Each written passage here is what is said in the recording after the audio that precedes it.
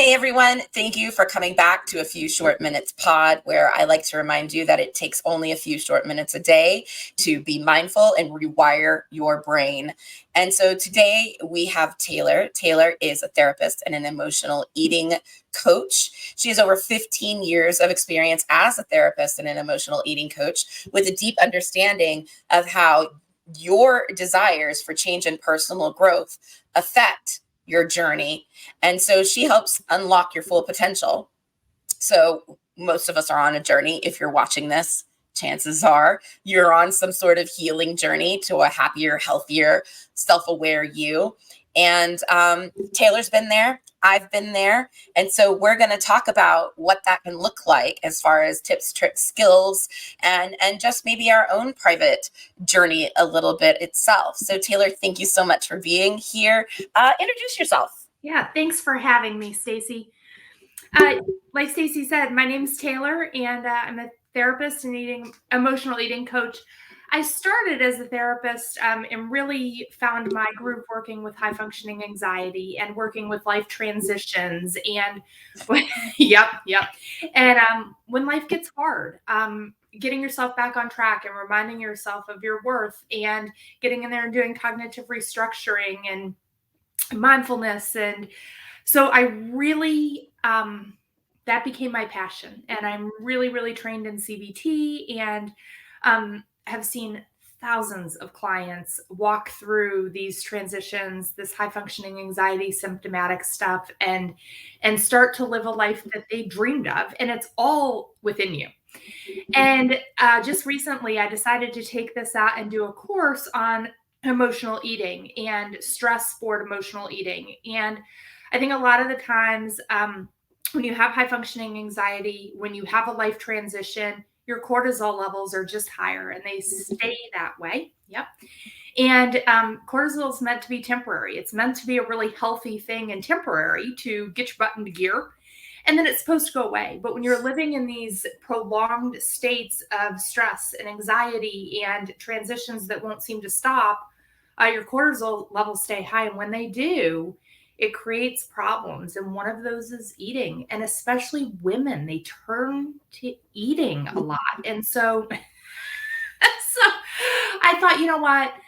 Being a therapist, I help one person at a time, 1 hour at a time. And I thought, I want to touch so many more lives. I want so many women to know it's not about diets. It's not about a certain exercise program. It's not about run a marathon or keto or paleo. It can be about any of those things if you want it to be about them. But really, it's about what's going on inside, what's going on in here, and what's going on in your heart.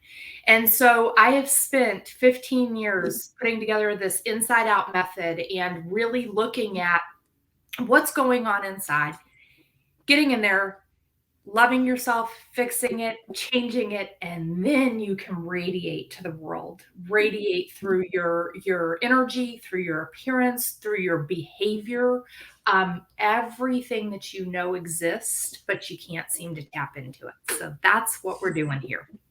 I absolutely love it. And clearly I'm super authentic about my journey and my struggle. Definitely have high functioning anxiety, high functioning depression. I lost my brother to unaliving himself 7 years ago. Previous to that, I have an 18-year-old son that was born without an immune system. And so that was, it still is nothing but stress and anxiety and a lot. And before that, I grew up in a people-pleasing codependent household. So my emotional eating is one of the last barriers that I'm really having trouble overcoming. And now it's not so much that, it's that I've done the damage. And even though I eat a lot less and I cope a lot better, it's my cortisol is through the roof. Still, my DHEA is bottomed out. I'm in perimenopause, so that's fun. And it all is adding up to be one big crap show for me. So I'm so happy to have you on, and maybe we can hit another woman in her 30s so she can change before she hits that perimenopause, when it becomes extremely hard to change, because your hormones are so whacked out.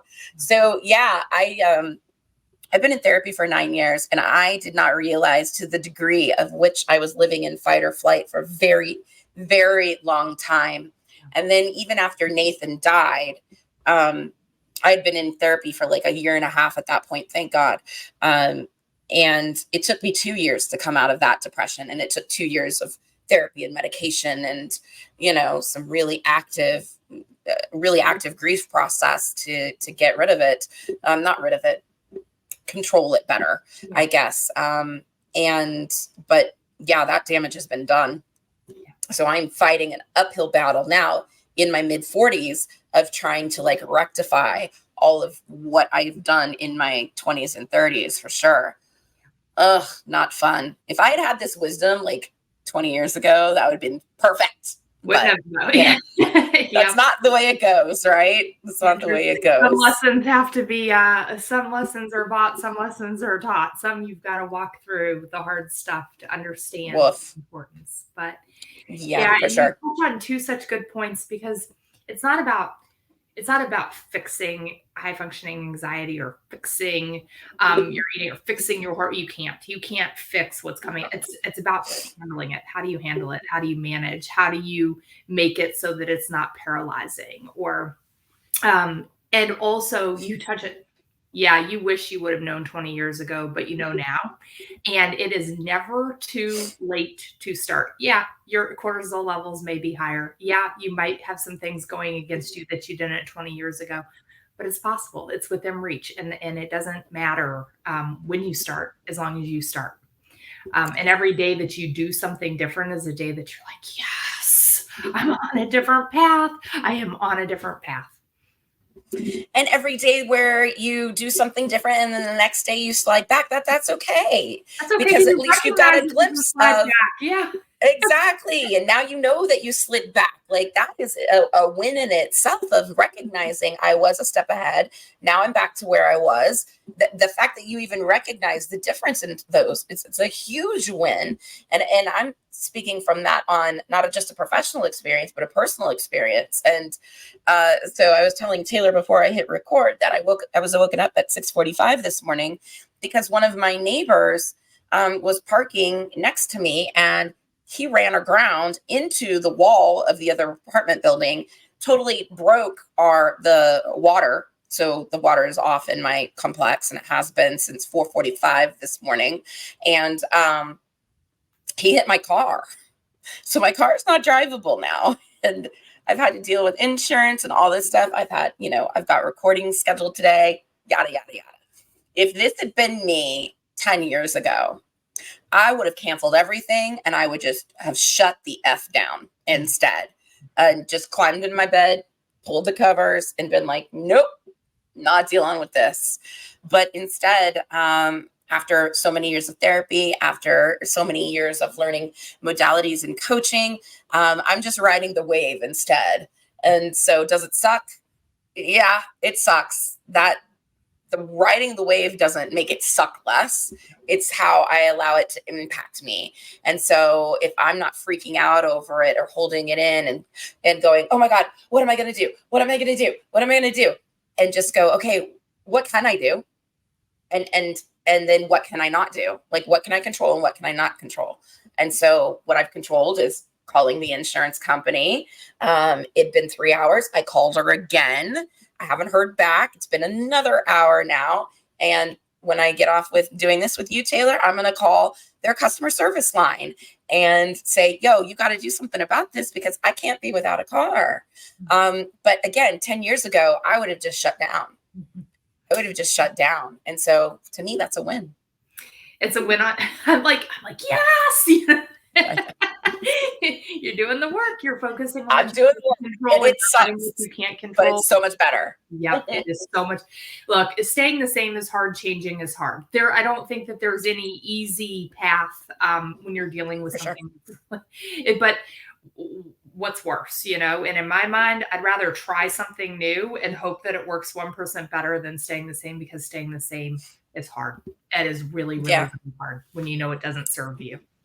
I've had that discussion numerous times lately. Choose your hard.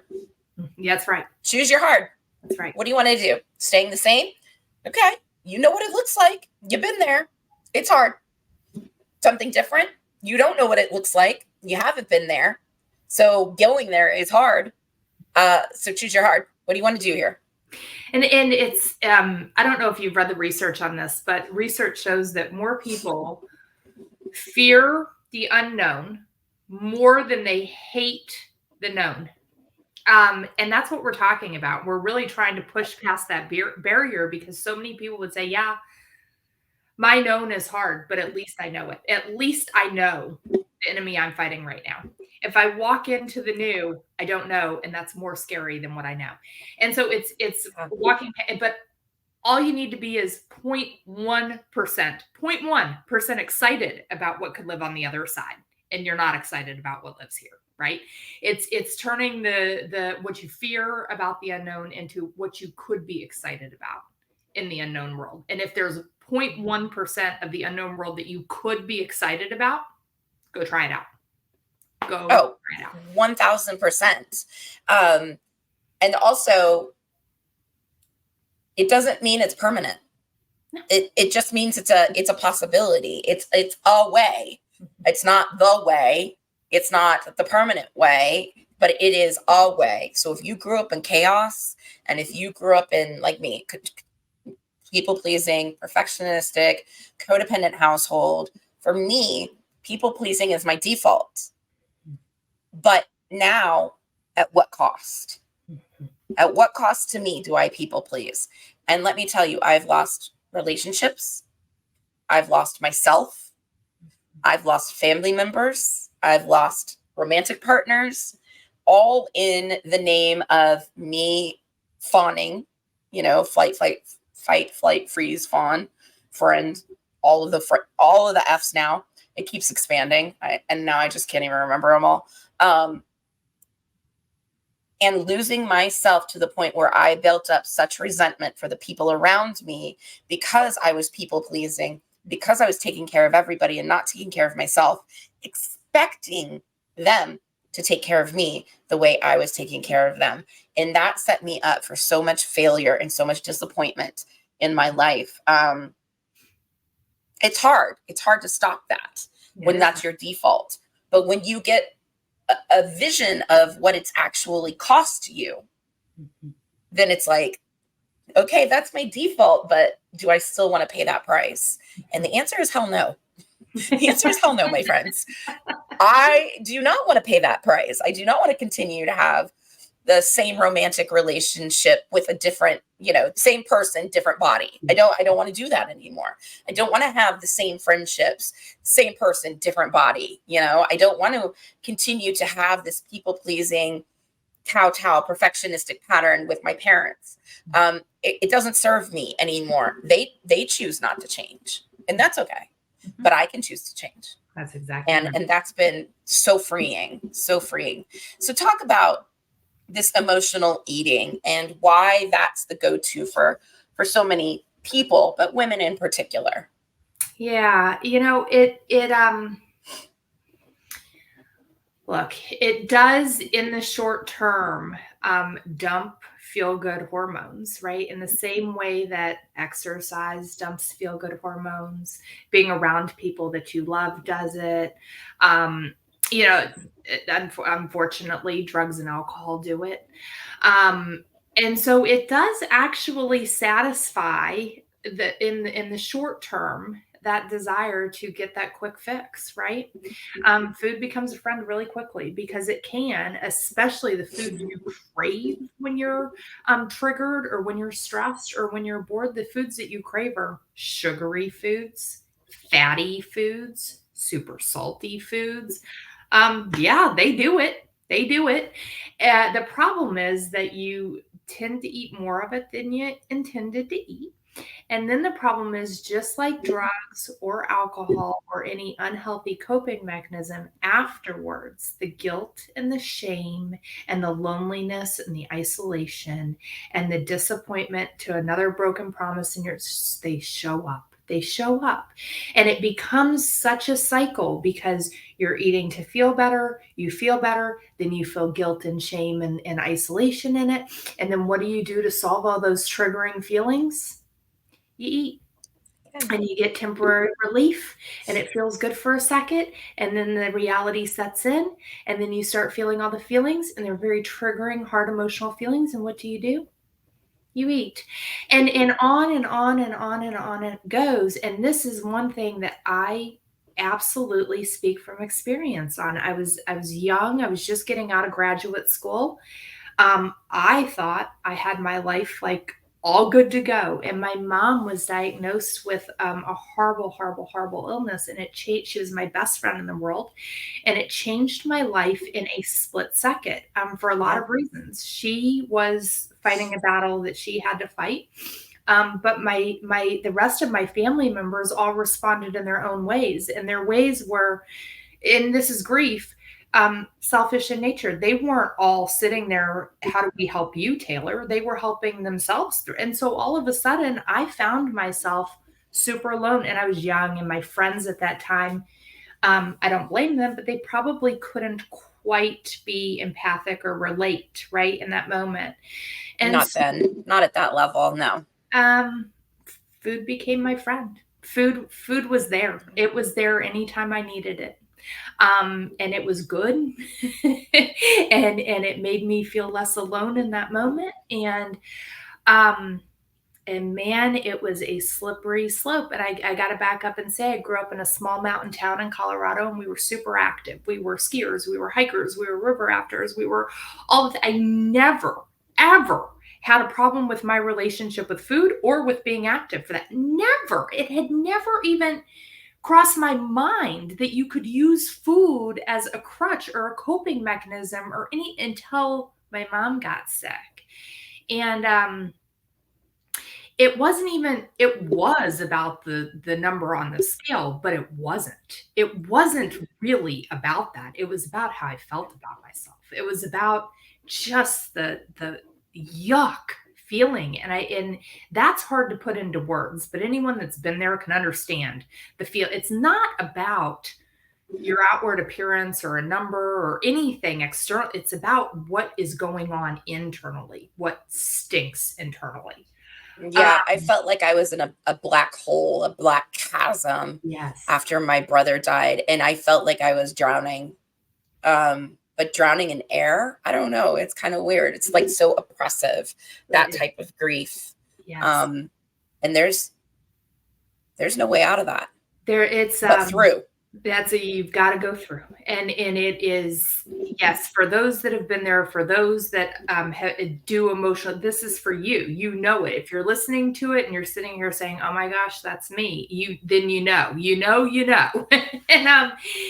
And one day I woke up and decided every time you're emotional, not every time you're hungry. There's a difference between hunger and emotional hunger. It's not every time I'm hungry. Are you looking at me like there's not a difference? I mean, theoretically, I know there's a difference. I just don't know that when I was in the thick of it, that I knew the difference, because I think I literally felt hunger pangs. Yep. You think you do. They are similar. And the course a little bit walks through this. There's a lesson on this. But yes, there is an absolute difference between hunger and emotional hunger. And it's starting to tease that out, right? But if your body can't know, you do know. You can easily know how many calories you ate. And if you're actually hungry or you just fed your body food, you can just, that's just simple. You can look at it, right? I promised myself that any time that I wasn't actually hungry, I was emotionally hungry. I would go outside and walk, or I would go to the gym. I had access to a little community gym, or I would stretch, or I would do yoga. I started moving instead of eating. And it was not over. I was not an overnight success. And anyone that tells you they're an overnight success, they're leaving out the years and years of hard work. They're leaving out everything that led up to that success. So yes. But, a 10-minute walk turned into a 15-minute walk run, and a 15-minute walk run turned into incorporating weightlifting 1 day a week. And now, and here we are years, almost decades out. I've done an Ironman. I've done marathons. I've done more half marathons than I can count. I've hiked almost every 14er in Colorado. I've road biked from Seattle to Colorado. I have done things I never knew I could do. And again, it's not about what's external. It's not about the body that came with it. It's not about the fact that I can sit here and list it. It's how I feel on the inside, the confidence that it brings, everything the opposite of emotional eating. Everything the opposite. I'm not saying that physical activity is for everyone. That's what worked for me, right? But everyone's different. You got to find what works, because the minute you can tap into your inner potential, whatever that is, painting, music, volunteering, I don't care, learning a language, going back to school, the minute you can tap into that, man, the whole world spins around. So yeah, absolutely. And I'm glad you gave those examples, because I think for the longest time, or for the most part, we're just told, we'll just go to the gym. We'll just get up and move. And yes, I get, like, somatically, that is very powerful. But when you're so stuck in that chasm, you're in fight or flight. You're not going to go from what you're doing to an hour in the gym every day. That's not going to. No. You may do it for a day or a week, but that's not going to be it. It's not sustainable. Slow roll. And the gym may not be it for some people. Yes, working out releases similar hormones, similar endorphins to emotional eating, and so it's a good replacement skill. But is that the only way to get it? No. Absolutely not. There are 500 ways to get the endorphin dump. Find what works. Yeah, absolutely. So you referenced your course. Tell us a little bit about your course, your new baby that you just launched. My new baby. Thanks so much for asking. I'm super excited about it. Like I said, it's 15 years of my career, but also my personal story. It all happened at the same time, right? So it's 15 years in the making, and the course is the course. It walks through the inside out method, right? It walks through what is it, and starting to recognize what your emotional triggers are, and starting to be able to have replacement skills and a plan in place. And then there's a whole section for setbacks, like you talked about. We're not perfect. We do the best we can in any given day, and my best today is not what it was yesterday, and it's not what it's going to be tomorrow. But it's just recognizing that you can have a really bad day, and it doesn't mean that you're totally derailed and that you failed, right? And so how to deal with setbacks, how to do all of that. There is a stress recovery protocol in it, and it talks a lot about cortisol and how to start balancing your cortisol. There's a recipe book that has over 70 recipes that help to balance out cortisol and help to get your body a little bit more regulated. There are 30 days worth of reprogramming prompts that tap into mindfulness and tap into really being intentional about what you're doing and how you are showing up for yourself. There's affirmations. There's a whole affirmations recording in there to start reprogramming and rewiring your thoughts around emotional eating and your self-image and your body confidence. There is so much packed into this course, and it comes from so many different angles. I've got mindfulness. I've got the cognitive behavioral stuff. There's so much packed into it. But it's really user-friendly and really a lot of fun. And what I want everyone to know is to take what you need approach. Something is going to resonate with you today in this course, and take that. And then in a month from now, you're going to think, I think I heard her say something about that in that course. I'm going to go back and take that because now I'm ready to hear it. I love that. You can get that. And then in a month, you've got lifetime access. You might say, I remember her saying something about that. I'm going to go get that because now I'm ready for it. Right? Just start somewhere. Yeah. Just start somewhere. And one of the ways to start is just admitting that, I used to say that Ben and Jerry's are the only two men that never let me down. But these 60 pounds now say otherwise. So, did they never let me down, or did I allow them to be the crutch that I let myself down with? And so getting really effing honest about your life and what you're doing to yourself is the starting point. And then reaching out to Tayler or, another therapist or another coach, and just say, I don't know what I'm doing, but I know this isn't it. Yeah. You don't have to have the answers. That's why professionals exist. But what you have to do is get really freaking honest with what you're actually doing to yourself and why. You might not know the full scope, and that's okay. That's okay. But you just got to get really honest with yourself. It's funny because, you go back to AA with alcoholics and they say the first step is admitting you have a problem, but that's legit across the board for any kind of emotional eating, emotional shopping, sex, drugs, I live in Vegas, so gambling, that's huge around here. You could be addicted to relationships. You could be addicted to drama. Their addiction comes in many, many, many different ways, and it is not just in food or in drugs and alcohol.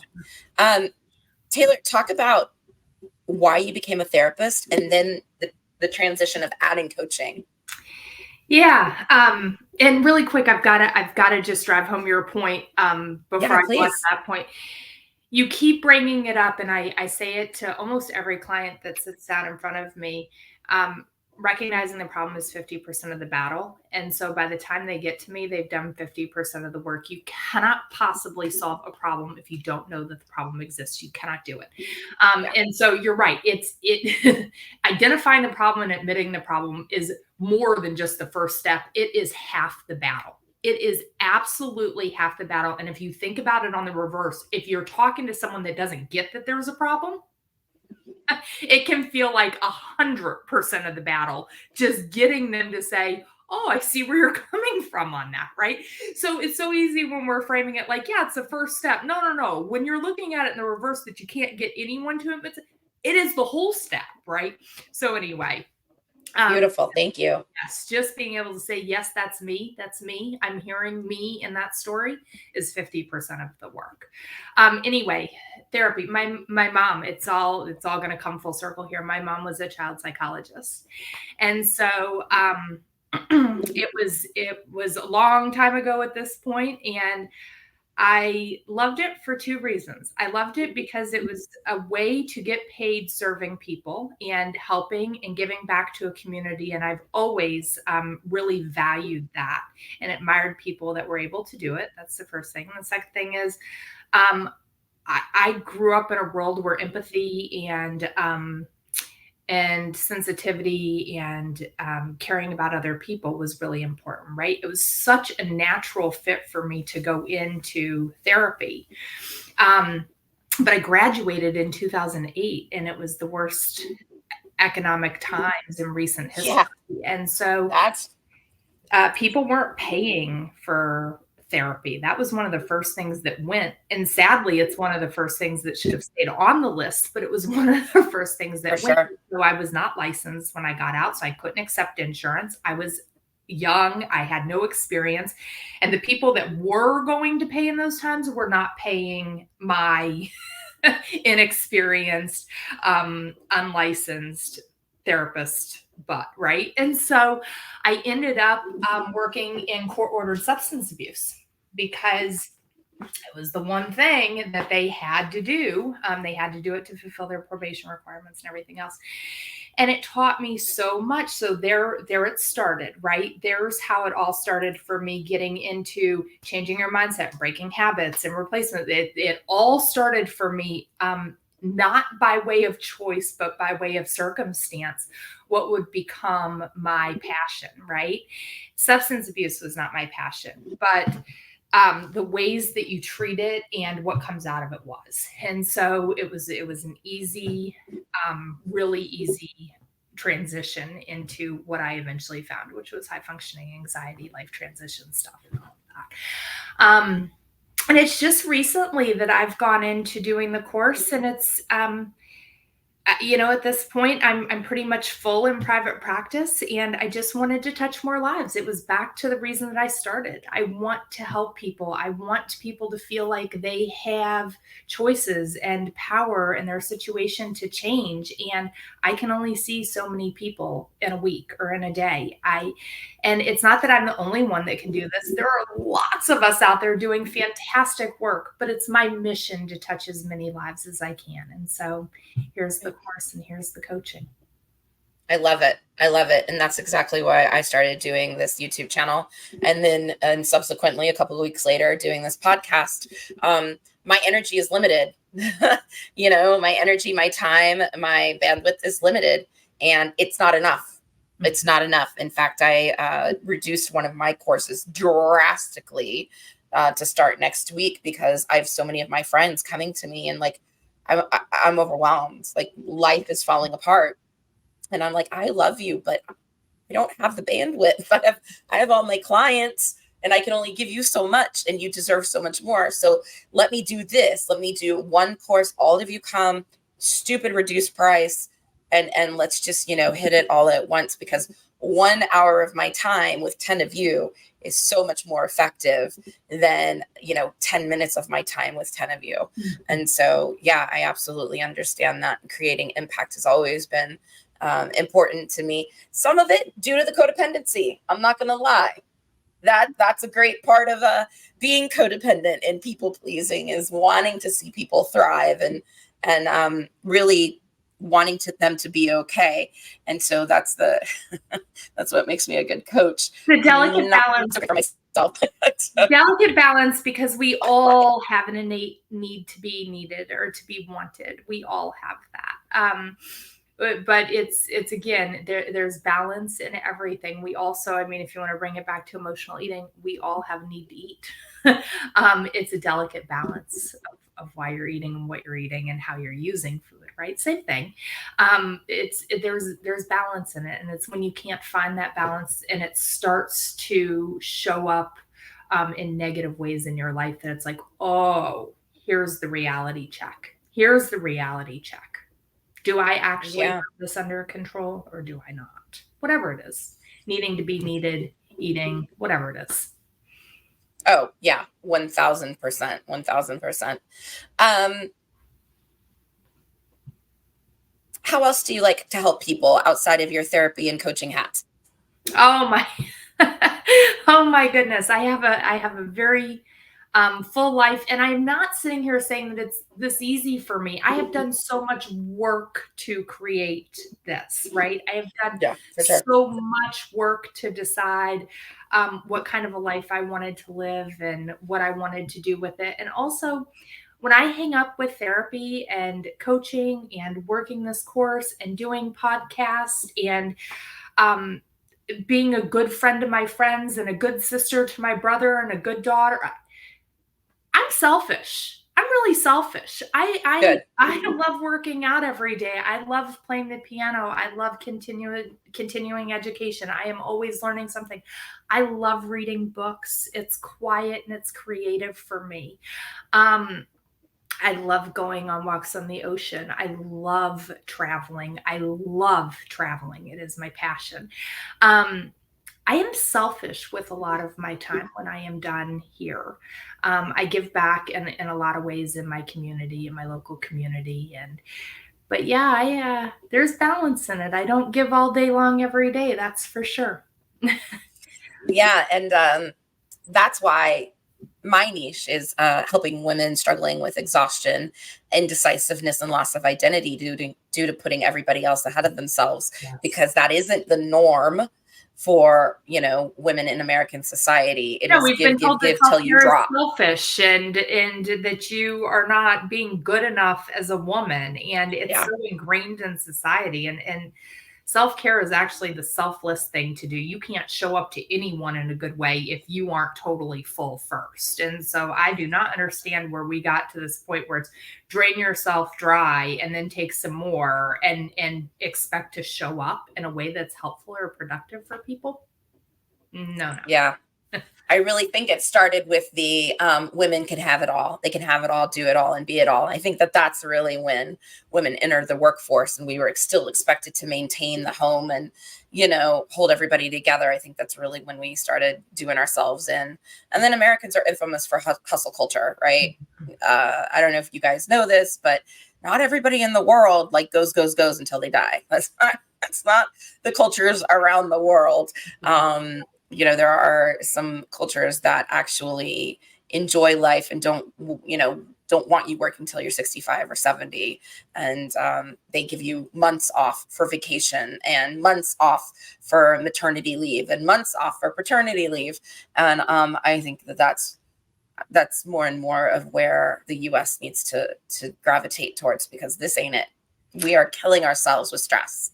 So yes, there are a lot of lessons to be learned in other cultures. And I lived in Italy for a year, and I was very, very young. I was in between undergraduate and graduate school when I did this. And so very, very young. I mean, didn't even understand the hustle culture that we were really in, because I was really still too young to get it. But I got there, and businesses in this little town that I lived in closed every single day from 1 to 3 for siesta. Those people would flat close the doors on their businesses and go home and take a nap and have a glass of wine and regroup and come back to work. And at first I was like, what is this? How do you all make money, and how do you survive if you all close down every day? But the beauty is, if everyone is closing down every day, everyone is still competing. They're competing in the same way that we're competing, working 20 hours a day. I was like, this is brilliant. Once I settled into it. And I remember after my time in Italy, coming back to the United States, and I landed and got in the car, and there was rush hour traffic and people were honking horns, and it was go, go, go, go, go. And people, and I remember just thinking to myself, please, I could turn around and get back on a plane. I could turn around back and get back on a plane and not come back here, because it is shocking when you remove yourself from this and then come back to it, just how much hustle there is in the United States. It's a lot of noise. It's a lot of noise. One of the best things I ever did for myself in the self-care space, self-love space, is allow myself to take a nap if I need to. Yes. And I know that's not possible for a lot of people that work in offices or, corporate. Like I've been there, done that. I absolutely understand. But if you could go and lay down in your car for 20 minutes during your lunch break, I was like a new person. Even if you don't do that, there's the one that's not, it's like the theta rest. It's not actually asleep, but it's that lucid state that Huberman talks about. What is it? I don't know, but I know exactly what you're talking about. There's a phrase for that. And I saw it on Huberman Lab, and I didn't realize that that's what I had been doing. Like, I didn't know that there was an actual process to that, but that's what I was doing to then rejuvenate myself for the second half of the day. And so you don't have to go to sleep, but you just need to shut down. Close your eyes and shut down. And if you could stop the thoughts or let them flow by, even better, which is meditation, my friends. But if you could just shut down for 20 minutes, 15 minutes, whatever it is like you took a nap. And you're not waking up groggy. And so I absolutely urge you, if you can crawl under your desk. I've done that. I crawled under my desk and knocked out for 15 minutes so I could get up and regroup. I am a huge fan of naps. And now that I work from home, in my own private practice, if I've got a break during the day where I don't have clients, I'm probably considering a nap before anything else, like notes, before social media, like before recording, like before anything else. I am seriously considering a nap first. And I think that's one of the best things I've done for myself lately in that self-care space, because if I'm not good, ain't nobody good around here. And sometimes the most productive thing you can do is rest. It really is. Yeah. Listen. I think our hustle culture absolutely, suppresses that. My other thing about the people that are working in corporate America, use your benefits. That's what they're there for. They're not actually there to be hoarded and saved and banked so that you can get paid more to work more, to get paid more to work. Use your benefits. If you're tired, take a mental health day. Seriously, one of my best friends from high school called me a couple of weeks ago, and she was like, blah, blah, blah, blah. And I said, baby, don't you have the EAP? And she was like, yeah. And I was like, don't you have a therapist? And she's like, no, I use the 6 sessions to get me through, and then I'm good. And I was like, sweetheart, I'm just saying it's 10 o'clock at night and you're calling me. And so maybe you're not good, just maybe you're not good. And maybe you should stay longer term and not just use them for the crises. And I think now she's doing it. And I'm so glad, because she needs to. She's had a lot of rough stuff in her life, and she's never really truly dealt with any of it. And I see, we're 46 now, and I see the patterns, and it just kills me as her best friend to be like, please don't do that again. Please, I love you so much. Please love yourself as much as I love you. And it's tough. It's tough being from the outside and being like, oh my God, I see it. Why can't you see it? And so, yeah, it killed me when she was like, oh, I use the 6 free sessions and I'm good. No, you are not. You are not good. You're not. It's 10 o'clock at night. You're on my phone on a Sunday night crying. You are not good. So yes, please use your benefits. Absolutely. Absolutely use your benefits. Tayler, tell people where they can get your course. Tell people where they can, some of her, so her website's down there, her IG's down there. Talk about all of that, all of the things, sister, so people can find you and, get your wisdom in this emotional eating space for sure. You know what's scrolling across the screen right now is really perfect. My Instagram account, Stress Anxiety Therapist, come over there. We've got a great community over there, and there are tips and tricks on there every day. I pop into stories. I give you all the latest and greatest about what's happening in this world. And then if you're interested in any of the products, or connecting through my private Facebook community, or connecting one-on-one, I still do one-on-one therapy. I'm licensed in Colorado and Florida, if you happen to be in those 2 states. My website is the hub for all of that, www.taylordurrett.com. And you can sign up for my newsletters and my blogs. You can grab my freebie. It's a Crush Your Cravings guide to get you started. You can access the course and the recipe book. There's a link to the private Facebook community. It's all there. So that is really your one-stop shopping. If you want something specific from me, if you want to join the community and just check things out and see what's going on, come over to my Instagram. I would love to have you there. You guys, I have a feeling that is going to be a wealth of knowledge, whether or not you actually, purchase the course. I think just being in that community space of other people that are like you, that struggle with emotional eating, there is power in that normalization, that it isn't just you. You aren't crazy. You're not the only one. And this is a shameful secret for sure. For sure. All right, my friend, thank you so much for joining me. I absolutely appreciate it. Thank you again, friends, for coming. I hope this was valuable for you. All of this stuff will be in the description below, how to contact Tayler, all of the things, of course. And if you have any comment or question for Tayler, go ahead and drop it in the comments and I will have her respond. But in the meantime, please be with your feedar. And just remember, it only takes a few short minutes a day to actually rewire your brain. I love you. Please love you too. Bye-bye.